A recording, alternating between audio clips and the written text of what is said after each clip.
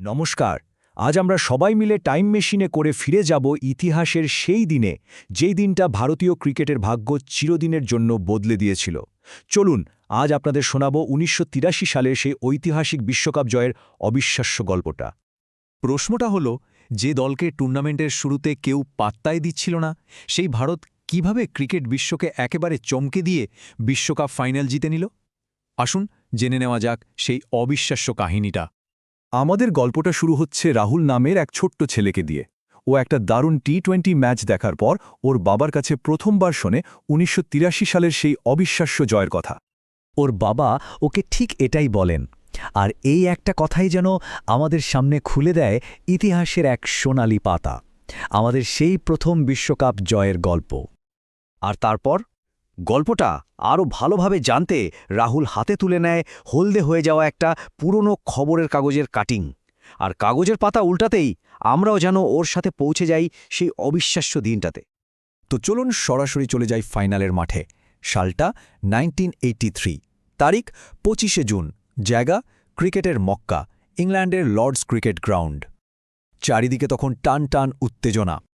এখানে যেমনটা লেখা আছে, শুরুতেই একটা ধাক্কা, ভারত টসে হেরে গেল আর ব্যাট করতে নামতে হলো কাদের বিরুদ্ধে? ওয়েস্ট ইন্ডিজ, মানে সেই সময়ের বিশ্বসেরা দল, যাদের বোলিং অ্যাটাককে সবাই রীতিমতো ভয় পেত। ভাবা যায় কাদের বল খেলতে হচ্ছিল আমাদের ব্যাটসম্যানদের। Andy Roberts, Malcolm Marshall, Joel Gardner আর মাইকেল হোল্ডিং, মানে একজন আগুনের গোলা। ওদের সামনে ব্যাট করাটা যে কি বিশাল একটা চ্যালেঞ্জ ছিল তা বলে বোঝানো মুশকিল। আর যা ভয় করা হচ্ছিল ঠিক তাই হল। ওই বিধ্বংসী বোলিংয়ের সামনে ভারতের ব্যাটিং লাইন আপ যেন তাসের ঘরের মতো ভেঙে পড়ল। এই যে ইংলিশ শব্দটা দেখছেন, ক্রাম্পলড, হ্যাঁ, ঠিক এটাই হয়েছিল। ক্রাম্পলড মানে হলো একদম দুমড়ে মুচড়ে যাওয়া, চূর্ণ বিচূর্ণ হয়ে পড়া। আমাদের ব্যাটিংয়ের অবস্থাও ঠিক সেরকমই হয়েছিল। ভাবুন তো, ফাইনালে ভারতের স্কোর কত? মাত্র ১৮৩। ওই সময়েও এই রানটা জেতার জন্য কিছুই ছিল না। সবাই তো ধরেই নিয়েছিল যে ওয়েস্ট ইন্ডিজের কাপ জেতাটা খালি সময়ের ব্যাপার। কিন্তু ক্রিকেটকে তো আর এমনি এমনি গৌরবময় অনিশ্চয়তার খেলা বলে না। আসল নাটক তো তখনও বাকি ছিল। ম্যাচের দ্বিতীয়ার্ধে থেকেই শুরু হলো ভারতের সেই রূপকথার মতো ফিরে আসার গল্প। ইংল্যান্ডের ওই মেঘলা আকাশ আর পিচের সুবিধা কাজে লাগিয়ে আমাদের বোলাররা যেন আগুন ঝরাতে শুরু করল। ওয়েস্ট ইন্ডিজের সেই বিশ্বসেরা ব্যাটিং লাইনআপকে রীতিমতো চাপে ফেলে দিল তারা। আর ঠিক তখনই এলো সেই মুহূর্তটা, ম্যাচের মোড় ঘোরানোর সেই মুহূর্ত। ওয়েস্ট ইন্ডিজের সবথেকে ভয়ঙ্কর ব্যাটসম্যান ভিভিয়ান রিচার্ডস একটা শট মারলেন। বল হাওয়ায় ভাসতে ভাসতে অনেক দূরে চলে যাচ্ছিল, মনে হচ্ছিল বাউন্ডারি হবেই। কিন্তু অধিনায়ক কপিল দেব প্রায় ২০ গজ পেছন দিকে দৌড়ে গিয়ে একটা অবিশ্বাস্য ক্যাচ নিলেন। এটা শুধু একটা ক্যাচ ছিল না, বুঝলেন, এটাই ছিল পুরো ম্যাচের টার্নিং পয়েন্ট। ওই একটা ক্যাচ যেন গোটা ভারতীয় দলের মধ্যে নতুন করে প্রাণ এনে দিয়েছিল, বিশ্বাস জুগিয়েছিল যে হ্যাঁ, আমরাও পারি। এরপর এলেন মহিন্দর অমরনাথ। ব্যাট হাতে তো ২৬ রান করেছিলেনই, বল হাতেও কামাল করে দিলেন। মাত্র ১২ রান দিয়ে তুলে নিলেন ৩টে গুরুত্বপূর্ণ উইকেট। তাকেই তো ম্যান অব দ্য ম্যাচ দেওয়া হয়েছিল। ব্যাস, তারপর আর ওয়েস্ট ইন্ডিজকে ঘুরে দাঁড়ানোর সুযোগই দেওয়া হয়নি। আমাদের বোলাররা একের পর এক উইকেট তুলে নিতে থাকল। ওদের সেই বিশ্বসেরা ব্যাটিং লাইনআপ ভেঙে পড়ল, আর ভারত ধীরে ধীরে এগিয়ে চলল এক ঐতিহাসিক জয়ের দিকে। আর শেষে কি হল? সেই অপরাজেয় ওয়েস্ট ইন্ডিজ মাত্র ১৪০ রানে অল আউট। ভাবা যায় ১৮৩ রানের ছোট্ট টার্গেটটা ওরা ছুঁতে পারল না। ভারত ম্যাচটা জিতল ৪৩ রানে। কিন্তু এটা শুধু একটা জয় ছিল না, এটা ছিল ক্রিকেট ইতিহাসের সবথেকে বড় আপসেট বা অঘটনগুলোর মধ্যে একটা। এই যে ইনভিনসিবল শব্দটা দেখছেন, এর মানে হল অপরাজেয়, মানে এমন একটা টিম যাদের হারানো প্রায় অসম্ভব। আর ভারত ঠিক সেই টিমটাকেই হারিয়ে দিয়েছিল। আসলে ওই জয়টা শুধু একটা ট্রফি জেতা ছিল না, ওটা ছিল ভারতে ক্রিকেট বিপ্লবের শুরু। এখানে যেমন বলা হয়েছে, ওই জয়টা গোটা বিশ্বকে চমকে দিয়েছিল। ওটা ছিল বিশ্বমঞ্চে ভারতের নতুন আত্মবিশ্বাসের ঘোষণা। আর তারপর থেকেই তো ক্রিকেট হয়ে উঠল আমাদের দেশের আবেগ। লক্ষ লক্ষ ছেলেমেয়ে ক্রিকেটার হওয়ার স্বপ্ন দেখতে শুরু করল। গল্পের শেষে সেই পুরনো খবরের কাগজের পাতাটা বন্ধ করে রাহুলও যেন বুঝতে পারল ১৯৮৩ সালের সেই দিনে ওর বাবা আর সারা দেশের মানুষ ঠিক কতটা গর্বিত হয়েছিল। সেই আনন্দটা ও নিজেও অনুভব করতে পারল। এই একটাই লাইনে বোধহয় পুরো গল্পটার সারমর্ম। মানে এটা ছিল এক কথায় ডেভিড বনাম গলিয়াথের লড়াইয়ের মতো, যেখানে একদল আন্ডারডগ প্রমাণ করে দিয়েছিল যে টিম স্পিরিট আর জেতার খিদে থাকলে অসম্ভবকেও সম্ভব করা যায়। শেষ করার আগে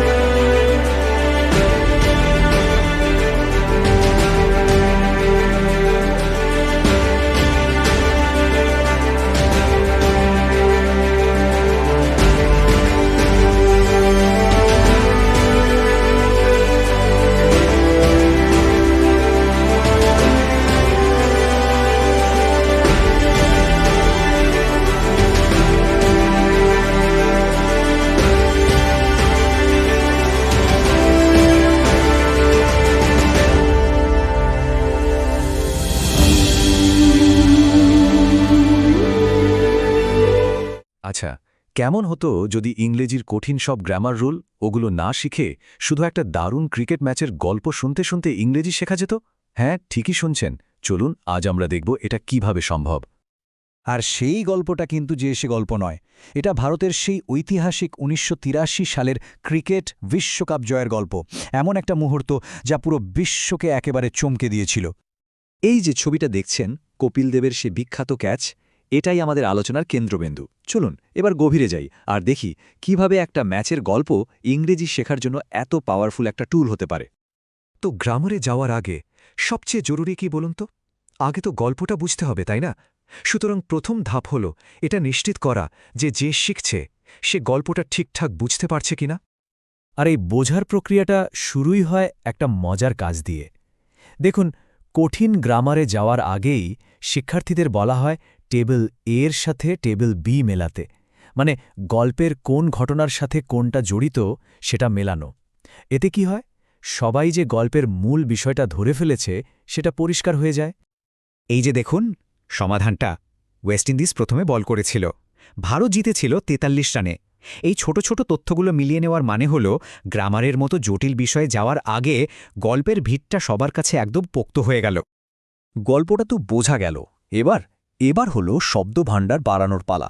আর সবচেয়ে ইন্টারেস্টিং ব্যাপার হলো নতুন শব্দগুলো কিন্তু আলাদা করে মুখস্থ করতে হচ্ছে না, এগুলো সরাসরি গল্প থেকেই তুলে আনা। যেমন ধরুন ভাইটাল বা স্টান্ড, গল্পটা জানা থাকায় এগুলোর মানে বোঝা অনেক সহজ হয়ে যায়। ওকে, তাহলে গল্প বোঝা হলো, নতুন শব্দও শেখা হলো। এবার চলুন ভাষার আসল কারিগরি মানে গ্রামারের জগতে ঢোকা যাক। গ্রামারের শুরুতেই আসছে ভাষার ট্রাফিক সিগন্যাল, মানে পাংচুয়েশন বা বিরাম চিহ্ন, ফুল স্টপ, কমা, প্রশ্নবোধক চিহ্ন, এগুলো। আর দেখুন কি দারুণ ব্যাপার, প্রত্যেকটা চিহ্নের ব্যবহার শেখানো হচ্ছে সেই ক্রিকেট ম্যাচের গল্পের উদাহরণ দিয়ে। এতে বিষয়টা আর শুকনো মনে হয় না। এরপর আসছে খুব ছোট কিন্তু ভীষণ গুরুত্বপূর্ণ কিছু শব্দ, এ, অ্যান আর দ্য, মানে আর্টিকলস। এগুলো দেখতে ছোট হলেও একটা বাক্যের মানে কিন্তু অনেকটাই বদলে দিতে পারে। যেমন এ আর অ্যান কখন বসে, নিয়মটা কিন্তু খুবই সহজ। কনসোনেন্ট সাউন্ডের আগে এ আর ভাউল সাউন্ডের আগে অ্যান। আর উদাহরণগুলো দেখুন, এ ক্রো, অ্যান অ্যাপল, সব কিছু একেবারে সহজ করে দেওয়া। বেশ, তাহলে শব্দ আর চিহ্নের ব্যবহার তো শেখা হলো। এবার চলুন আসল পর্বে, কিভাবে একটা আস্ত বাক্য তৈরি করতে হয় আর তার গঠনটা কেমন হয় সেটা বোঝার চেষ্টা করা যাক। এই ধাপটা কিন্তু খুব জরুরি। এখানে শুধু উত্তর পড়তে বলা হচ্ছে না, বরং শিক্ষার্থীদের নিজেদেরই প্রশ্ন তৈরি করতে বলা হচ্ছে। মানে প্যাসিভ লার্নিং থেকে অ্যাক্টিভ লার্নিংয়ে সুইচ করা হচ্ছে। দেখুন, শূন্যস্থান পূরণ করে সঠিক প্রশ্নটা তৈরি করতে হবে। আর এই যে সমাধানটা, ওয়েন দিয়ে সময় জানা যাচ্ছে, হু দিয়ে ব্যক্তি, ওয়্যার দিয়ে জায়গা, আর হোয়াট দিয়ে বস্তু বা ঘটনা, মানে প্রত্যেকটা প্রশ্নবোধক শব্দ যে তথ্যের এক একটা দরজা খুলে দেয়, সেটা এখানে পরিষ্কার। আচ্ছা, এবার চলুন একটা বাক্যের একদম ভেতরে ঢুকে দেখি। ঠিক যেমন একটা কয়েনের দুটো পিঠ থাকে, তেমনি প্রত্যেকটা ইংরেজি বাক্যেরও দুটো মূল অংশ থাকে। একটাকে বলে সাবজেক্ট, আরেকটাকে প্রেডিকেট। সাবজেক্ট মানে হল বাক্যে যার সম্পর্কে কথা বলা হচ্ছে সেটা কোনো ব্যক্তি হতে পারে বা বস্তু, আর প্রেডিকেট হল সেই সাবজেক্ট সম্পর্কে যা কিছু বলা হচ্ছে সেই পুরো অংশটা। নিয়ম তো জানা গেল, কিন্তু আসল শেখাটা হয় কখন? যখন নিজেরা সেটা প্রয়োগ করা যায়। তাই দেখুন, এখানে আর একটা চ্যালেঞ্জ। কিছু নতুন বাক্য দেওয়া হয়েছে, আর সেগুলোর সাবজেক্ট আর প্রেডিকেট আলাদা করতে হবে। এই যে দেখুন সমাধান, যেমন the boy plays in the field. এখানে দ্য বয় হল সাবজেক্ট, আর বাকিটা মানে প্লেজ ইন দ্য ফিল্ড হল প্রেডিকেট। প্রত্যেকটা উদাহরণ দেখলে গঠনটা মাথায় গেঁথে যাবে। তো এতক্ষণ ধরে আমরা যা দেখলাম তাতে একটা বড় প্রশ্ন আসেই। আচ্ছা, গ্রামারের মতো একটা শুকনো বিষয় শেখানোর জন্য গল্পের এই পদ্ধতিটা এত ভালো কাজ করে কেন? ভাবুন একবার, একদিকে ক্রিকেট মাঠের সেই উত্তেজনা, সেই আবেগ, সেই অ্যাকশন, আর অন্যদিকে গ্রামারের খটমটো বিমূর্ত সব নিয়মকানুন। গল্পটা আসলে এই দুটো জিনিসের মধ্যে একটা ব্রিজ বা সেতু তৈরি করে দেয়। এটা গ্রামারের ওই শুকনো নিয়মগুলোকে একটা জীবন্ত কনটেক্সট দেয়, একটা মানে দেয়। ফলে সেগুলো আর কঠিন বা আলাদা কিছু মনে হয় না, মনে রাখাও অনেক সহজ হয়ে যায়। আর এটাই কিন্তু এই পদ্ধতির আসল জাদু। তাহলে শেষ করার আগে একটা কথা ভাবা যাক, আমরা সবাই তো গল্পের মাধ্যমেই শিখি, তাই না? ছোটবেলা থেকে কত গল্প শুনেছি। তো এমন কোনো বিশেষ গল্পের কথা কি মনে পড়ে যা আপনার জীবনে সত্যি গুরুত্বপূর্ণ কিছু শিখিয়েছিল? আচ্ছা, ইংরেজি গ্রামার কি খুব কঠিন মনে হয়? মনে হয় যেন কত শত নিয়ম, আর মনে রাখা কি যে ঝামেলার। কিন্তু কি হবে যদি ভারতের সবচেয়ে রোমাঞ্চকর একটা ক্রিকেট জয়ের গল্পের মধ্যে দিয়েই আমরা গ্রামারের এই কঠিন নিয়মগুলো শিখে নিতে পারি? চলুন না আমরা একেবারে ১৯৮৩ সালে ফিরে যাই, সেই ঐতিহাসিক বিশ্বকাপ জয়ের মুহূর্তে, আর খেলার ছলেই শিখে নিই ইংরেজি। সত্যি বলতে ইংরেজি গ্রামারের নিয়মকানুনগুলো অনেক সময় ওয়েস্ট ইন্ডিজের সেই সময়ের ফাস্ট বোলারদের মতোই ভয়ঙ্কর লাগতে পারে, তাই না? কিন্তু একদম চিন্তা করবেন না, কারণ আমরা এই কঠিন ব্যাপারটাকেই খুব সহজ আর মজাদার করে তুলব। আর এই শেখার সফরে আমাদের সঙ্গী হবে ভারতের সেই প্রথম বিশ্বকাপ জয়ের অবিশ্বাস্য গল্পটা, কপিল দেবের সেই অসাধারণ ক্যাচ, অমরনাথের অলরাউন্ড পারফরম্যান্স। ভাবুন তো, প্রত্যেকটা রোমাঞ্চকর মুহূর্তের আড়ালেই কিন্তু লুকিয়ে আছে গ্রামারের এক একটা নিয়ম। আমরা সেগুলোকেই খুঁজে বের করব। তাহলে চলুন শুরু করা যাক এই মজার জার্নিটা। যে কোনো কিছু শেখার আগে তার বেসিকটা তো জানা দরকার, তাই না? ঠিক যেমন বড় ইনিংস খেলার আগে পিচটা ভালো করে বুঝে নিতে হয়। তাই সবার আগে চলুন আমরা বাক্যের কিছু জরুরি চিহ্ন আর এই গল্পের কিছু গুরুত্বপূর্ণ শব্দের সাথে পরিচিত হয়ে নিই। ভাবুন তো, একটা বাক্যের শেষে ফুলস্টপ বা দাঁড়ি অনেকটা আম্পায়ারের আউটের সিগন্যালের মতো, মানে কথা শেষ। কমা হলো একটা ছোট্ট ড্রিঙ্কস ব্রেকের মতো, সামান্য বিরতি। কোয়েশ্চেন মার্ক দিয়ে আমরা প্রশ্ন করি, কপিল কি ক্যাচটা ধরতে পারবে? আর ইনভার্টেড কমাস ব্যবহার করে আমরা কোচের বলা কথাটা হুবহু তুলে ধরি। এই চিহ্নগুলো ছাড়া কিন্তু পুরো খেলার মানই একদম পাল্টে যেতে পারে। আচ্ছা, একটা দারুণ ম্যাচের কমেন্ট্রি শুনতে কেমন লাগে? সেটা আরও ভালো লাগে যখন আমরা সব শব্দ বুঝি, তাই না? এই গল্পটাকেও জীবন্ত করে তুলতে আমাদের ঠিক সেরকমই কিছু শব্দ জানতে হবে। যেমন ইয়ার্ড মানে প্রায় ৩ ফুট, ভাইটাল বা গুরুত্বপূর্ণ, যেমনটা ছিল ফাইনালে অমরনাথের ভূমিকা। স্টান্ড মানে স্তম্ভিত, ঠিক যেমনটা ওয়েস্ট ইন্ডিজ হয়েছিল ভারতের জয়। আর র্যাপিড মানে খুব দ্রুত, কপিল দেবের সেই দৌড়ের মতো। এই শব্দগুলোই কিন্তু গল্পটাকে আমাদের চোখের সামনে ফুটিয়ে তুলবে। তো শব্দ আর চিহ্ন তো চেনা হলো, এবার দেখা যাক এগুলো দিয়ে কিভাবে একটা মজবুত পার্টনারশিপ মানে একটা বাক্য তৈরি হয়। প্রত্যেকটা ইংরেজি বাক্যেরই কিন্তু দুটো প্রধান খেলোয়াড় থাকে, একজন হলো সাবজেক্ট আর অন্যজন প্রেডিকেট। চলুন এদের চিনে নিই। খুব সহজ করে বললে বাক্যের হিরোই হলো সাবজেক্ট, মানে যার সম্পর্কে কথাটা বলা হচ্ছে। যেমন কপিল দেব টুক আ ক্যাচ, এই বাক্যের তারকাকে অবশ্যই কপিল দেব, তাই তিনি হলেন সাবজেক্ট। আর আমাদের এই হিরো মানে সাবজেক্ট যা কিছু করে সেটাই হল প্রেডিকেট। আগের উদাহরণটাতেই দেখুন কপিল দেব কি করেছিলেন, টুক আ ক্যাচ, এই পুরো অংশটাই হল প্রেডিকেট। এটা আমাদের বলে দেয় যে সাবজেক্ট ঠিক কি করছে বা তার কি অবস্থা। এই স্লাইডটা দেখুন, কি দারুণভাবে পুরো ব্যাপারটা পরিষ্কার হয়ে যাচ্ছে তাই না? আমাদের ক্রিকেট গল্পের বাক্যগুলোকেই এখানে সুন্দর করে দুটো ভাগে ভাগ করা হয়েছে। একদিকে আছে সাবজেক্ট বা আমাদের খেলোয়াড়, যেমন কপিল দেব, আর অন্যদিকে তার কাজ অর্থাৎ predicate, ran a distance to take a catch. এভাবেই সাবজেক্ট আর প্রেডিকেট মিলে একটা সম্পূর্ণ টিম, মানে একটা বাক্য তৈরি করে। বাক্যের টিম বানানো তো শেখা হলো। এবার তাহলে কিছু অ্যাডভান্সড কৌশল শেখা যাক, কি বলেন? মানে কিভাবে প্রশ্ন করতে হয় আর আর্টিকেলস নামের ছোট কিন্তু খুব কাজের শব্দগুলোকে কি করে ঠিকঠাক ব্যবহার করতে হয়। হু, ওয়্যার, ওয়েন, হোয়াট এই শব্দগুলো হলো প্রশ্ন করার জন্য আমাদের সেরা অস্ত্র। এগুলো ব্যবহার করেই আমরা জানতে পারি who was the captain of the winning team অথবা where was the final match played. যে কোনো কথাকে এগিয়ে নিয়ে যেতে এগুলোর কোনো তুলনাই হয় না। এবার আসি খুব ছোট কিন্তু দারুণ কাজের কিছু শব্দের কথায়। ইংরেজিতে নাউন বা নামের আগে এ, অ্যান বা দ্য এই তিনটে শব্দ প্রায়ই বসে। এদেরকেই বলে আর্টিকেলস। দেখতে ছোট হলেও এরা কিন্তু বাক্যের মানে অনেকটাই পরিষ্কার করে দেয়। এদের ব্যবহারের নিয়মটা কিন্তু খুব সোজা। কোনো শব্দের শুরুটা যদি কনসোনেন্ট সাউন্ড বা ব্যঞ্জনধ্বনির মতো হয় তাহলে তার আগে বসে এ, যেমন এ মেমোরেবল ম্যাচ। আর যদি ভাউল সাউন্ড বা স্বরধ্বনির মতো হয় তাহলে বসে অ্যান, যেমন অ্যান এক্সাইটিং মোমেন্ট। ব্যাস, এটুকুই। আর দ্য ব্যবহার হয় কোনো কিছুকে একেবারে নির্দিষ্ট করে চেনানোর জন্য। যেমন ধরুন, যখন আমরা বলি দ্য ওয়ার্ল্ড কাপ, তখন আমরা যে কোনো বিশ্বকাপের কথা বলছি না, আমরা ঠিক আমাদের গল্পের সেই বিশেষ ১৯৮৩ সালের বিশ্বকাপটাকেই বোঝাচ্ছি। তাহলে এই যে আমরা পুরো ১৯৮৩ বিশ্বকাপটা গ্রামারের চোখে ঘুরে এলাম, চলুন এক ঝলকে দেখে নিই আজ আমরা ঠিক কি শিখলাম।